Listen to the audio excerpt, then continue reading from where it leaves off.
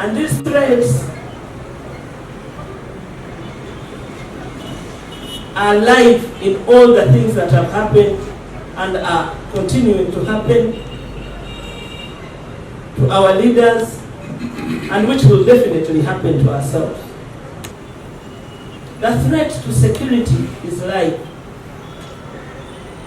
And as historians, you are able to reread the template of terror, the template of banditry, the template of torture throughout the contemporary history as we know it. We have spread it to the region, to the continent, and now it's back home again. What goes around comes around again. So we stand together to restore hope, as alien as it sounds, to restore hope that we are standing together as political actors to redeem harmony in this country, peace in this country, constitutionalism in this country, the rule of law in this country. Because it's the only thing we can hold on to. We want to hold all the office bearers accountable, starting from the president, who has just taken oath for the 7th time, that he constitutionally is the head of state. And the buck stops with him. And we hold him accountable for all the atrocities being meted on us as a country, for all the fear that is being generated under his watch.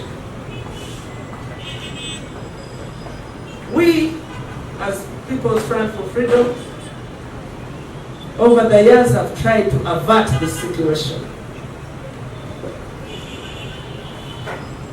But it is now here to deal with. What has befallen human security in the recent abductions is not news, because we have seen it go around the country. It happened in West Nile, it happened in Acholi for 20 years, it happened in Lao, it happened in Teso, it happened in Resurrect, in Kasese. It is back to the center. And let everybody take judicial notice that what happened in northern Uganda for the last 20 years is going to happen to all of us here.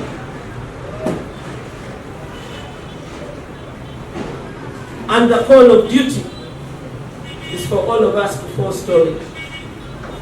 It has been exported to Tanzania, it has been exported to Kenya, it was exported to Rwanda, exported to DRC, to Sudan, to South Sudan. It is the biggest project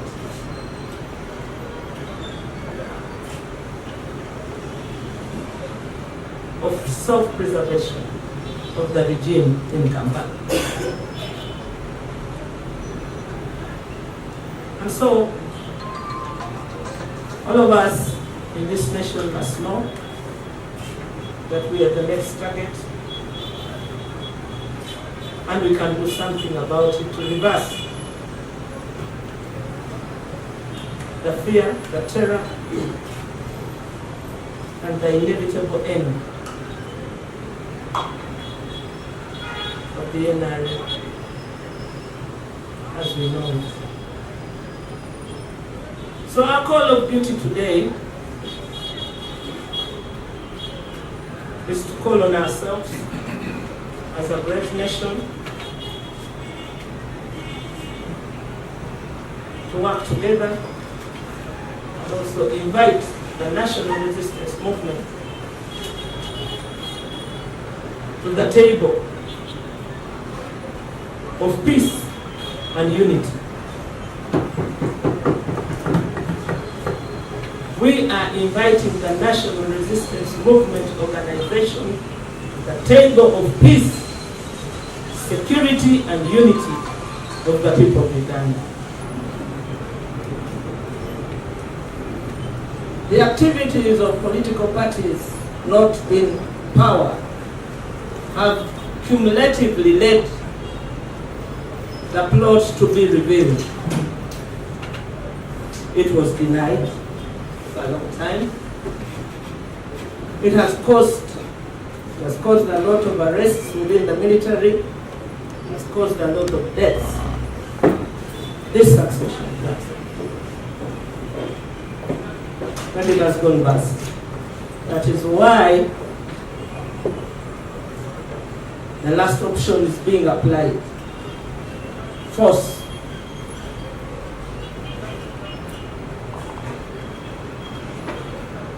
The cumulative actions of all our political voices over the years has blown the NRM,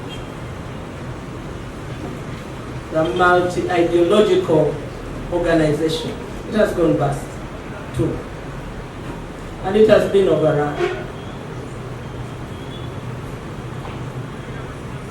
by the so-called Patriotic League of Uganda, seeking to displace all citizens from the political platform. What it has done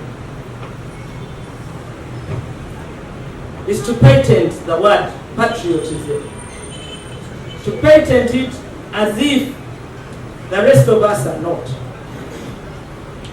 and also to patent it as if citizenship is a preserve of the PLU. It is not.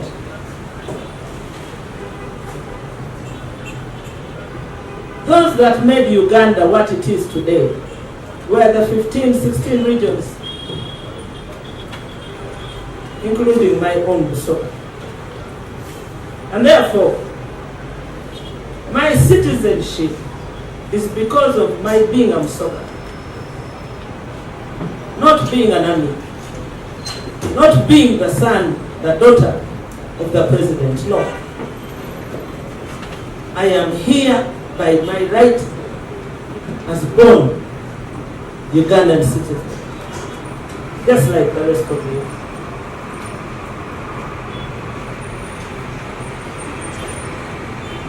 Our cumulative actions over the years has exposed what the East African project has been for all the years. Because it wasn't about East Africa. That's why Martha Karua, a bearer of an East African passport, was thrown out of East Africa. So our cumulative action have exposed that fuss. It has cost us a lot of money. It needs mending, it needs repurposing, it needs rebuilding. But for now it has gone bust, at least in our hearts.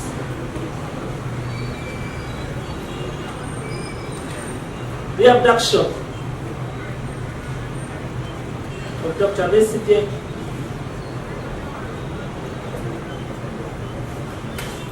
Haji Obed Lutale,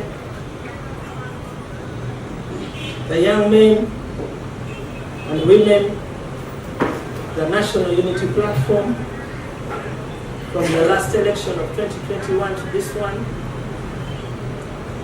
the abduction that is taking center stage of everybody, irrespective of age, gender, tribe,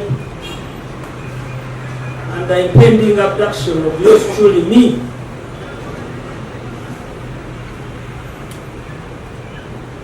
Is helping to expose that throughout our entire history, it wasn't Obote that was doing the abductions. Yes. It wasn't, because the pattern is very clear. Stories of Luero and abductions, stories of West Nile, The stories of northern Uganda, 20 years, the stories of today have closed the chapter of revelation of who has caused insecurity in this region.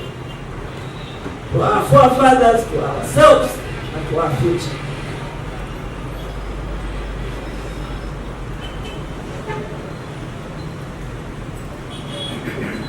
I'm as old as Uganda, and so I have a right to speak about it.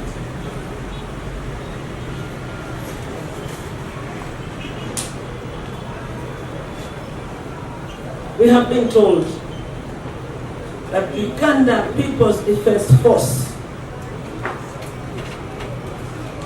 a professional army that we've been building over the years, has successfully been turned into a killing machine, an efficient killing machine.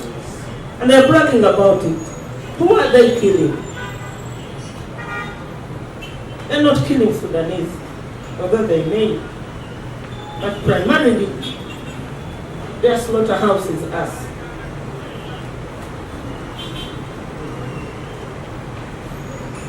I'm reminded of the slaughterhouse in Namambo. This is not coincidence. This is not coincidence.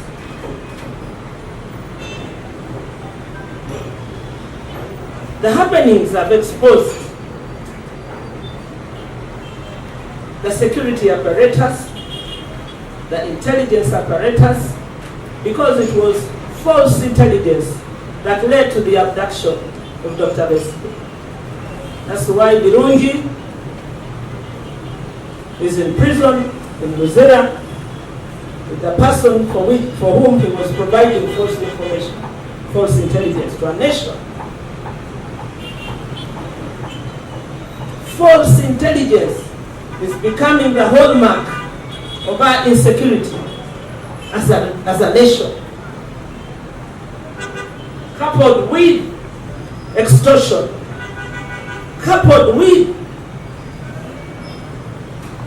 squattering.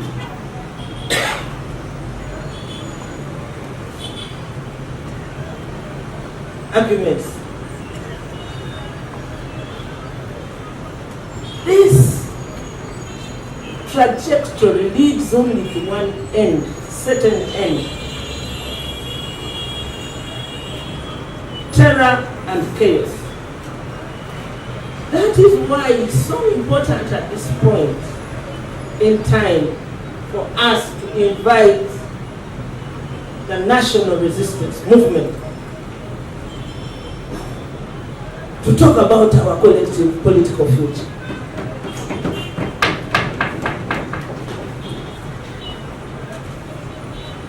Because it's going to get worse, Sarah. You see, when you start being a Dracula, you never stop.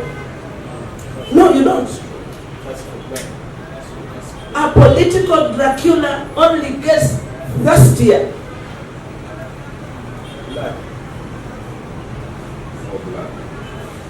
Blood begets blood. And we don't want this country to be a bloodbath again. Because if you invite M23 and you host M23, you have a genocidal plot you're setting up against us. That is not lost on us.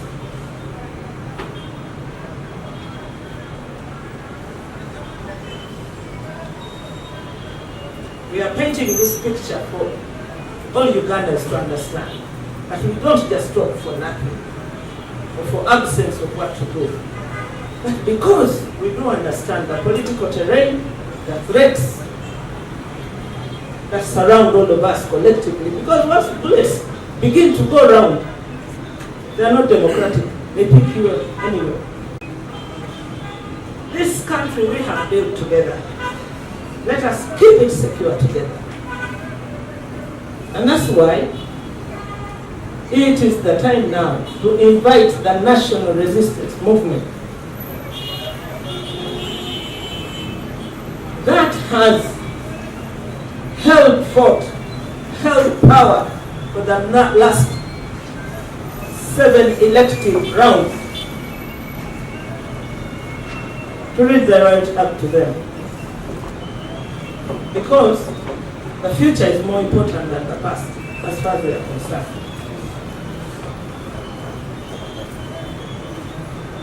That is why it is imperative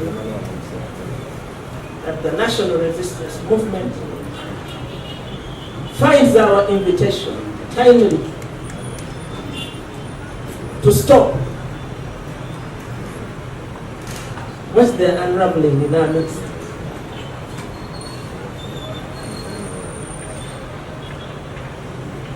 The abduction of Dr. Besigye has also been very revealing. And it has, together with the exilement of the Honorable Chagulanyi and his family, it's been a very good occurrence as far as opening the eyes of the world to the political situation we are in as a country. Without them, we would not have had senators speak about us. Different parliaments pay attention to what we are doing, because it's the same parliaments and the same senators who do business with the killing machine.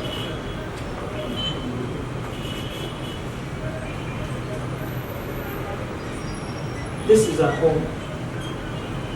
We love it, like everybody does. And so we invite the national resistance movement, because it's the political party on the other side that we need to do business with. Thank you.